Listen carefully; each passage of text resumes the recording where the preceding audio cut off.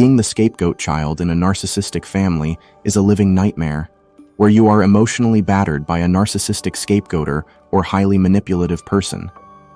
Growing up in such a toxic environment, you may have been unjustly blamed, shamed, or framed as less than in a distorted, unfair manner, which impacts your mental health. This can lead to becoming overly agreeable, limiting your self-expression, or neglecting one's own needs. Perhaps your experience with scapegoating kicked into overdrive when you left a high-demand religion or left a toxic relationship. In this video, I'll delve into the reasons behind such destructive behavior and outline 7 key actions for reclaiming your life from the clutches of scapegoat abuse. Understanding the why is crucial. It's essential to recognize that when you're targeted, especially as a scapegoat child of narcissistic parents, it's a reflection of their issues, not yours. My father, for instance, carried the burden of unfair blaming and disrespect from his own family, projecting that onto me. Insecurities drive some to exert control over their social circle, and when they fail to control you, they manipulate how others perceive you to undermine your influence and inflict harm. Losing control triggers them to initiate a smear campaign, often blending a sliver of truth with malicious lies. They may even cloak their attacks in religious piety, claiming to protect others from you, the so-called predator, while they adopt the victim role. It's bewildering to witness friends, family, and associates turn against you for reasons that are murky at best. Post-abusive relationship, you might find yourself shunned by those you once trusted, or hear them parrot phrases like, "It's sad how you discard relationships and deny the abuser a chance to prove their love." The shock was palpable when, after leaving a religion steeped in falsehoods, I was ostracized, with no one interested in my reasons for leaving, instead choosing to vilify me, making me the scapegoat of the narcissistic family. Even my devout mother excluded me from speaking at her funeral due to our differing beliefs. When a narcissist can't control you, they resort to influencing those around you, deploying flying monkeys to do their bidding, unaware of their manipulation. Passive attacks, like whispers behind your back, can catch you off guard, while direct assaults are more straightforward to confront. So, how do we navigate this?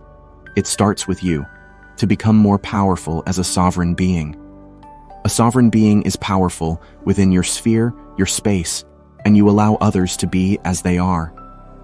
You know those people who believe lies and distort reality, making you the villain? They're going to believe what they believe for many reasons. Let them be. Relax into the peace and power in your space. I learned the hard way when I left a high-demand religion. Friends and family couldn't accept that anyone would leave their fundamentalist religion unless Satan had taken over them. I'm serious. I finally felt peace when I let them have their beliefs, their worldview, and to relax into my own place of peace and power. When you're strong in your inner place of peace, you let go of things you don't directly control, including the need for people to agree with you or see the world from your standpoint. I finally felt peace when I let them have their beliefs and their worldview and relax into my own place of peace and power. The fastest way to develop your sense of personal sovereignty is to imagine what this would feel like and learn to reinforce this state of being with practice. How would you feel if this were your normal state of being? How would this feel in your body? What thoughts would or wouldn't be there if you were resting in your sphere of power and peace? I go into this in more depth in my upcoming book, Scapegoat Child: Healing the Power Wound. Hit this link to get on our mailing list to get your copy. In addition to finding and nurturing your own sense of personal sovereignty, the second key action is, when faced with accusations, to express your feelings and make requests without needing them to change.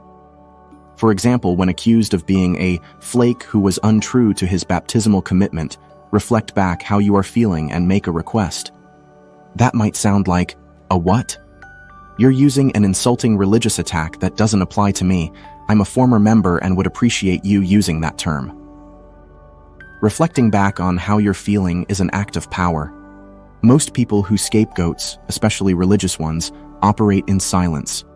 Speaking up about how you're feeling is an act of power, of personal sovereignty that says, hey, I'm experiencing your words like this, and here's a request.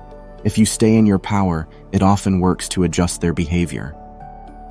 If they laugh at you or tell you to go jump in a lake, no worries.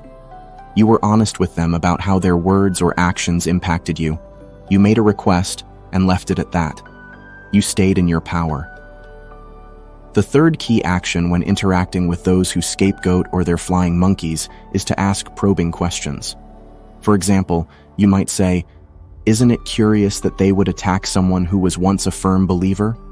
Or, "Why do some people never look beyond their beliefs but prefer instead to attack those who do?" Questions are another way to be powerful without forcing anyone. Healing from being the scapegoat child is all about being in your power. The fourth key action in dealing with smears and scapegoating is to document it. I started journaling at the prompting of a friend and counselor and found great healing and clarity from doing so. And the act of documenting helped me process the emotions and also use examples when communicating with people who were open to being influenced. It's a win-win unless you focus too much on their disparagements and allow them to become personally defining.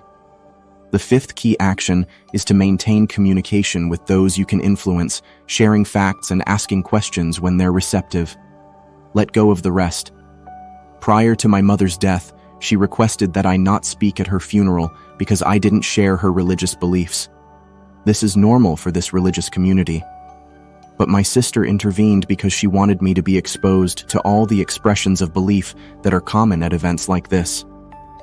I spoke and, like someone with a growing sense of personal sovereignty, allowed them to be who they are. But I mention this because some were honestly loving and affirming despite our differences, while others were either overly hostile or passive-aggressive. I literally had people turn and walk the other way when they saw me. This brings us to the key question: who stays and who goes in your life? Let people who can't respect you go, whether their disrespect is active or passive. Let them be who they are outside of your world. Peace. And for others who show some openness, be patient and let them be part of your life. That's key action number 5. The sixth key action involves practicing mindfulness to manage intense emotions that are part of your journey as you the wounds of scapegoating and smears. Your painful past will bump into your present at the strangest times. That new friend is starting to look like a narcissist as they insult you for minor things. Oh, it's bringing up some old disrespect wounds that look a lot like what Dad did. Here's the key: release and relax.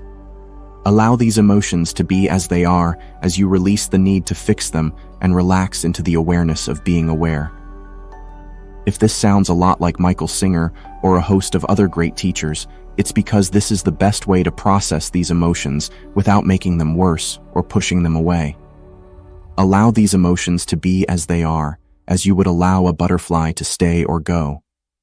Lastly, the seventh key action and most potent action against smear campaigns is to live your best life, filled with joy, success, and wholeness.